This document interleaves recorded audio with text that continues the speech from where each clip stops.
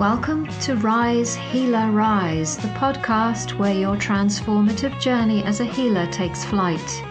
We're here to guide you on a sacred path of embracing your essence and transforming your sensitivity into strength.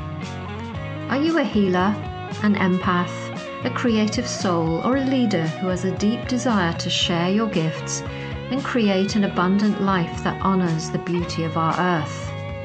In a world that's calling out for healing, your unique gifts are more needed than ever.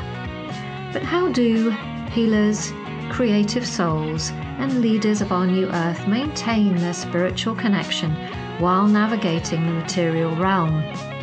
The answer lies within you, and I believe in your power to rise up and navigate the challenges that lie ahead. The key to unlocking your full potential lies in sharing your healing tools, and just by doing this, you invoke divine right protection. Inside this podcast, we explore nature-based methods to clear trauma, cultivate sacred essence, and share your gifts to create a significant impact and thrive as a modern-day healer. Join me, Sara Estelle, your host, flower essence expert, high priestess and business guide, for content that soothes your soul and sparks inspiration. At full moon, we welcome a special guest to impart their wisdom. Together, we rise, heal and transform. So embrace your essence. Honor the abundance of Gaia. You are source. You are limitless. The world awaits your light. Rise, healer, rise.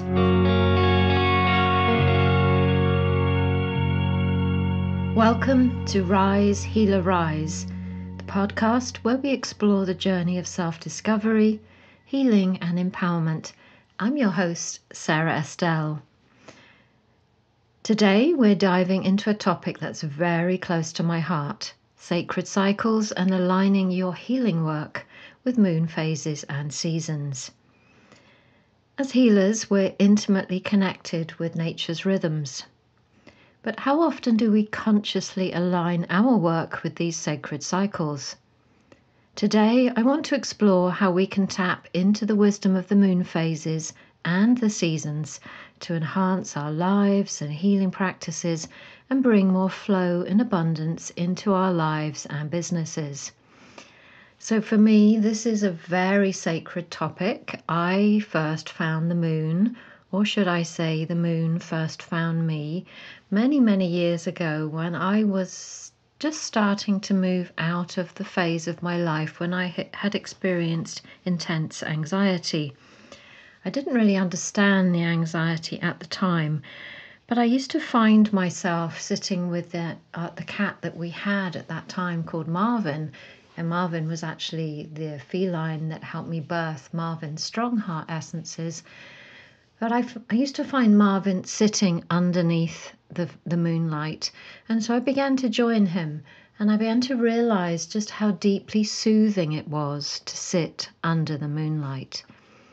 And as I started to watch the moon change from day to day, even from season to season, she would rise in different parts of the sky and look different, sometimes smaller, sometimes bigger. I realized that life was all about change, and much of my own anxiety, obviously deeply rooted in my own personal stories, was about a resistance to change. So connecting with nature in this way really helped me from the outset, on a very subconscious level to start with, to allow myself to align with a power that was much larger than myself, that of the moon, the sun, the seasons, the cycles of our earth, that effortlessly knows how to change and how to rebirth herself. So it is with that experience in my cells, in my heart, that I'm sharing with you today. From this, I began a practice of what I now call manifesting with the moon, and it's something we all of my clients are invited to join in with. We hold new moon alignments every single new moon, And so the moon often is one of the more obvious heavenly bodies to connect with if we're looking to dance with daily change. So let's start with the moon phases.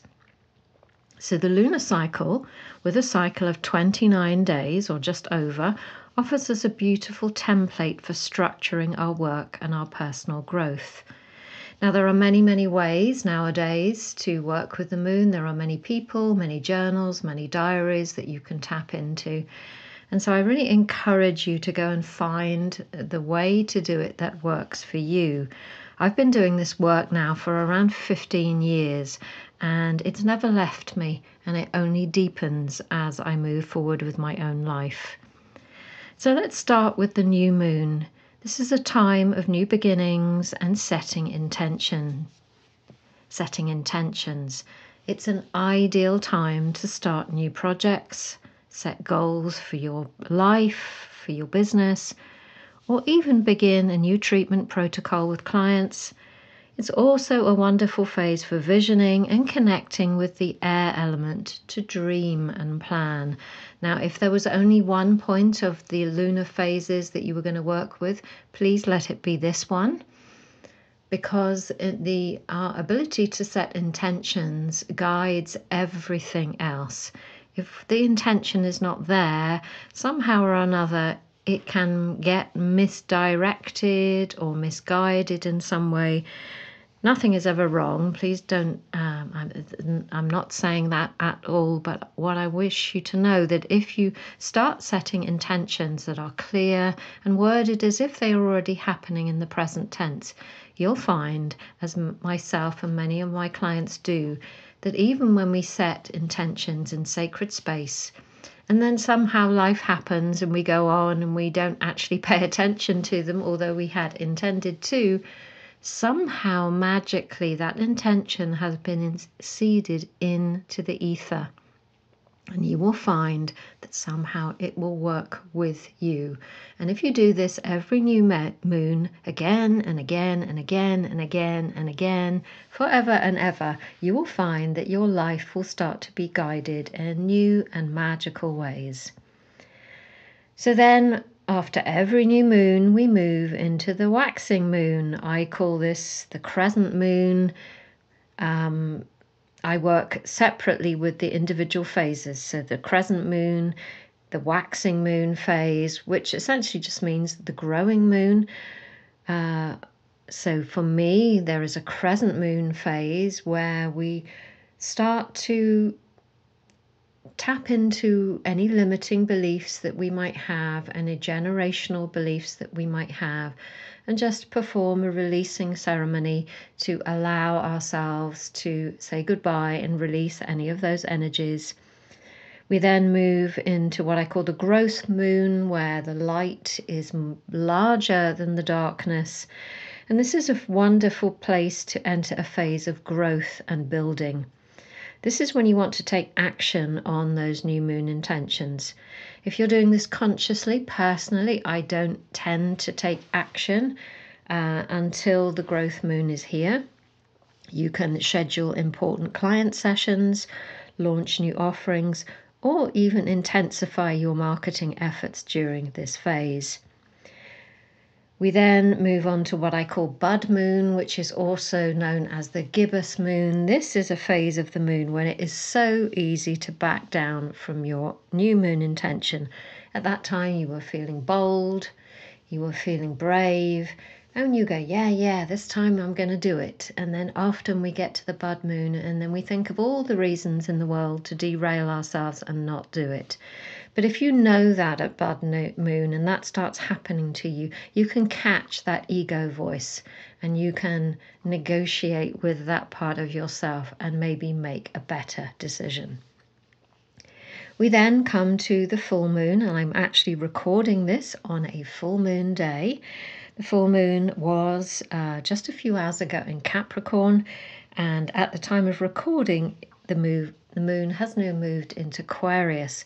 So Aquarius is a power time for me because it's my sun sign. It's also where my Venus lies. and it's a wonderful time for sharing new ideas. So this is a fabulous time for me to record this for you. So the full moon brings illumination and completion. It's a powerful time for healing work, especially emotional release. Now, every full moon is going to feel different to different people depending on the astrological archetype that overlights the full moon. It's probably going to depend on how much you feel it. Sometimes you'll sail through thinking this is amazing, and sometimes you'll find it really hard. So just know that that is most likely because of the astrological archetype of the moon, and possibly also that you are somebody that's not so wired for full moon energies. The only way that you're going to know this is by tracking this from cycle to cycle. However you feel, this is a really powerful time. So if you are somebody that holds group healing sessions or workshops, full moon is a wonderful time to do that. It's also an excellent time for gratitude practices and celebrations. So after the full moon, we move into what I call the fruit moon. This is a time when it's a little bit akin to harvest time in the annual calendar, where we've done, that we've worked hard, we've done the things that we wanted to do, we've danced with the intensity, and now it's a time for a few days to kick back and just allow ourselves to rest. If you're somebody that likes to give presents or gifts, this is a wonderful time to do this to your audience, or of course to yourself or to those you love. We then fully move into the waning moon, and this is a time for release, reflection, and letting go. You can use this phase to clear out what's no longer serving you in your life and business, and it's an ideal time for self-care and rejuvenation. Now, I have noticed over the years this is also a wonderful time for getting stuff done. So in my own healing business, we run Get It Done sessions for clients, and we always try to align them with this particular day of phase of the moon, because we've still got a bit of energy at this time, and if we use that energy constructively, we can look back at that new moon list and go, now, okay, I did this, but I didn't do this. Maybe I didn't do it because it wasn't the right time, but maybe I didn't do it either because I was resisting it.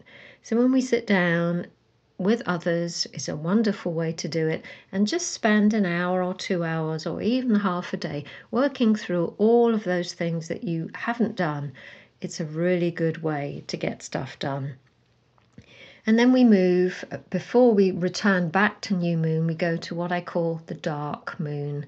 This is a phase when I actually block out my calendar during dark moon phases. And it's not that I don't do anything, but I pull myself mostly away from client work, from the noise, and sleep in a little bit longer in the mornings, have more self-care. And I actually find that dark moons for me are very creative times. So I encourage you to follow the lunar cycle, start bringing them into your business if you have one, if you're into your life, as you go about your personal planning. Why not align them with the greatest planning energy of all, which is the lunar cycles and our seasons. So let's talk now about aligning with the seasons. So just as the moon offers us a monthly cycle, the seasons provide a larger annual cycle that we can work with. Now, we all experience this through temperature change and the amount of light that there is or isn't. But how about if we actually aligned our lives and businesses more consciously with this as well? So spring, of course, is a time of new growth and possibilities. So this might be a time when you could launch new services, refresh your brand, or start new collaborations. It's a great time to plant the seeds of new ideas in your healing practice. It may or may not be the right time to implement them, but it's a little bit like the waxing moon. It's a great time for growth. Summer brings full bloom and abundance. Summer is like full moon. This is when you want to be the most visible and active in your business.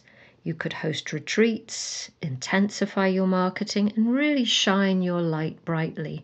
Now, all of this will depend on you, your lifestyle. You don't have to do any of these things, but you could consider it if it doesn't work for you to be more visible during the summer months because maybe you have children at home, then that's okay. But how about you consider how you could work this for yourself? Autumn is a time of harvest and gratitude. So this is a wonderful time to review what's working in your healing business, express appreciation to clients, to your life, to the year, and start preparing for the quieter months. You might want to go through all your business practices, all the things you do, and say to yourself, is this actually working for me? You might want to track your figures and look back and see where you're spending the most time, and maybe you could align more with the things that the 3 things that I always look for that are bringing your heart joy, that your audience is open to and responding to by joining you and joining your services or your courses, and also that is bringing you in the abundance, the money that you need to live your life at the level that your soul requires. So finally, winter. Winter is a little bit like that dark moon time, moving into new moon. It calls us inward for rest and reflection. Now, this almost kind of gets forced upon us through the seasons, but you can have this phase every 29 days if you work with the lunar cycle, and that's why I love to work with the moon. It's an ideal time for deepening your own healing work, studying new modalities perhaps, or working on behind-the-scenes aspects of your business. Now, you might be wondering, this all sounds amazing, but how do I practically implement this into my very busy life and business? So here are a few suggestions for you, born of my own practice and what I witness of my clients and the many years that I have been working like this. So the very first thing is to start by simply observing. Notice how your energy and that of your clients shifts with the moon phases and seasons, and keep a journal to track your patterns. Now track the patterns for at least 3, 4, 5, 6 months before you make any big assumptions or decisions, because over that period of time you're definitely going to sense when you are more energized, when you are more empowered, and when you are more confident and able to stay in your own energies. Now, once you are aligned with this, you can start creating and aligning your content with these cycles. So, for example, you could create content about new beginnings around the new moon or self-care tips during the winter months. And you can listen back to what I said before and use all the phases of the moon and the seasons for the tips that I've already given. You could align them to your own content in your own voice and voice through your own expertise. You could also offer special services or packages that align with these cycles. You could, for just as examples, a new moon intention setting session could be offered to your groups or even to your one-to-one clients, or something like a spring renewal package could be very appealing to clients. So what names come to mind for you that work with nature and the cycles? Now, you're always going to want to be using a lunar calendar to plan your business activities. There are many beautiful ones you can buy now. Or, of course, you can create your own and just plot the new moon into your own calendar. And don't forget to incorporate these cycles into your own self-care routine. Honor the call for rest during the winter months and the waning moon phases. Always start with ourselves. So remember, Working with these cycles isn't about adding more to your to-do list. It's about finding a natural rhythm that supports your energy and enhances your work. Now, what works for you may be different from what works for me. I was born just before a full moon, so being visible in summer or during a full moon is actually quite comfortable for me. It might not be for you. So do some exploring and find out where that works for you after you have tracked for several months. What I do know is that as healers, when we align with nature's cycles, we tap into a profound source of wisdom and power. We remind ourselves and our clients that we are part of something larger, something magical.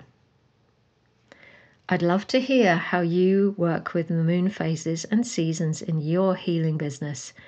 Please do share with me or reach out to me on social media, or of course you can always reach out to me via my website. Before we close, I want to remind you of the sacredness of the work you do. As you align with these natural cycles, you're not just enhancing your business, you're participating in an ancient dance, a cosmic rhythm that has the power to transform your life and the lives of those you touch. Thank you for listening today, and remember, rise, healer, rise. Thank you for listening to today's episode. I want to remind you that your journey is a sacred one. You are not alone on this path of transformation. I, Sara Estelle, and all of the Nature Kingdom are here with you, holding space for your growth and celebrating each step you take towards embracing your true essence. If you love today's content, leave us a review on your favorite podcast listening platform and share your biggest takeaway. And do visit the show notes of this episode where you'll find extra resources to support you.